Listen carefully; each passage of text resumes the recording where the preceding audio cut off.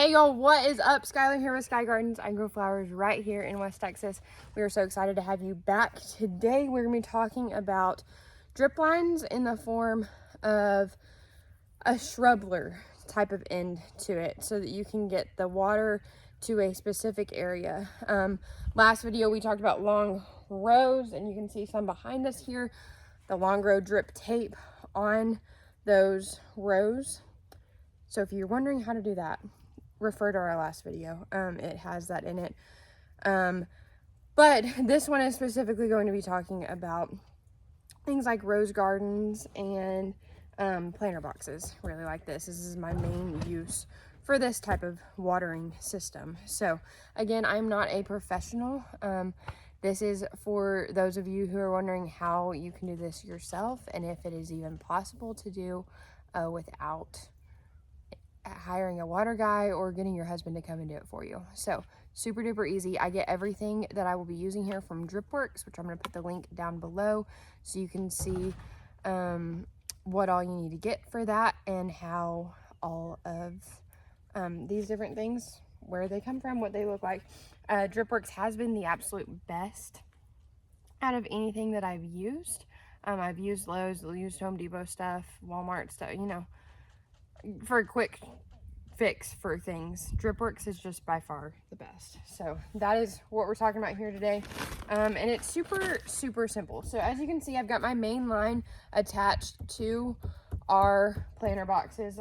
To do that, I used a zip tie. Legitimately used a zip tie. Let me just show you. Some cable staples. This is what that box looks like. I don't know if it still looks like this. It was just in our garage. So sorry, Dad, because I stole them just to use. But they're just little fencing type nails basically, but just little staples. And all I did was hammered it into our planter box. So nice little hammering here.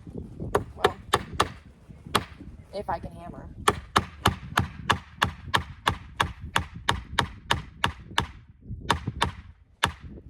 See, we just got a little staple there, and then put the zip tie through and around the drip line to cinch it up and cut off the excess.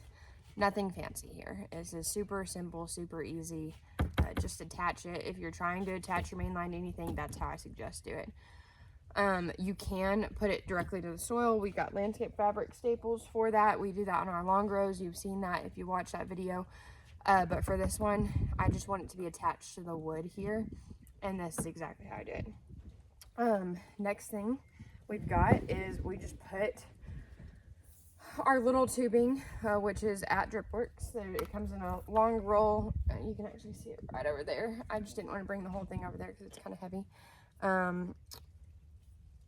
Cut it to whatever length you need it.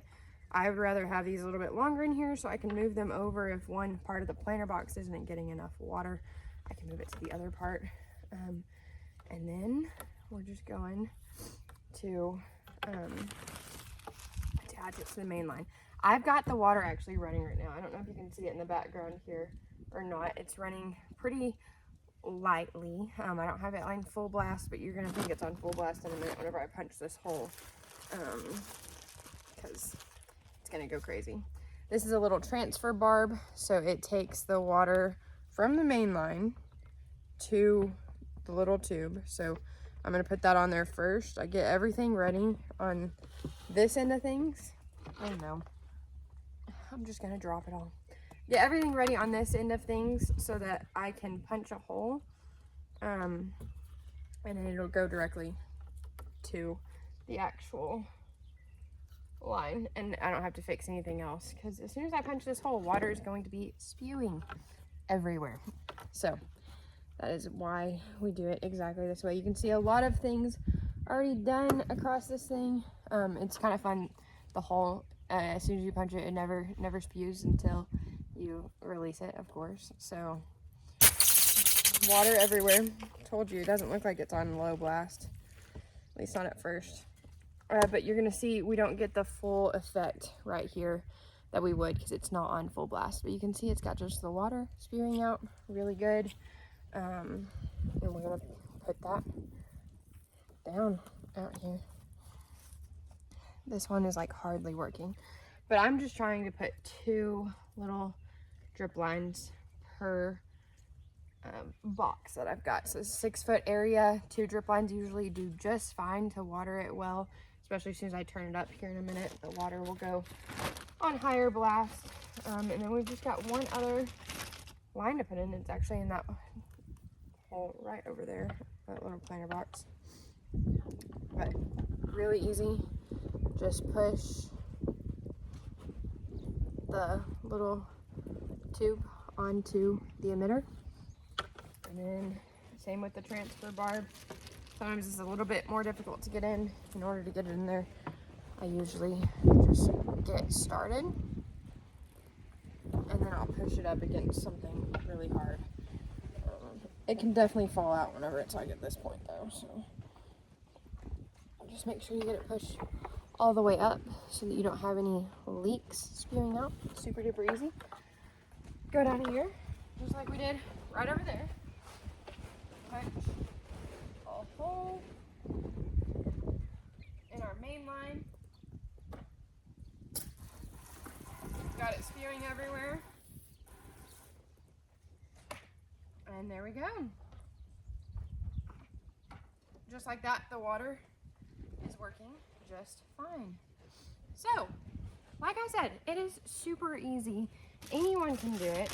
It's not a difficult task. So if you're wondering how you can set up a watering system and if it's possible to do without your husband or without hiring somebody else to do it, yes, it is. It is so easy and so simple, and you can definitely do it. So if you have any questions or want to see any other specific details about any of this, let me know. I'd be happy to share all that I know. And I thank y'all for tuning in today. I hope this was helpful to you. All right, we'll see you next time.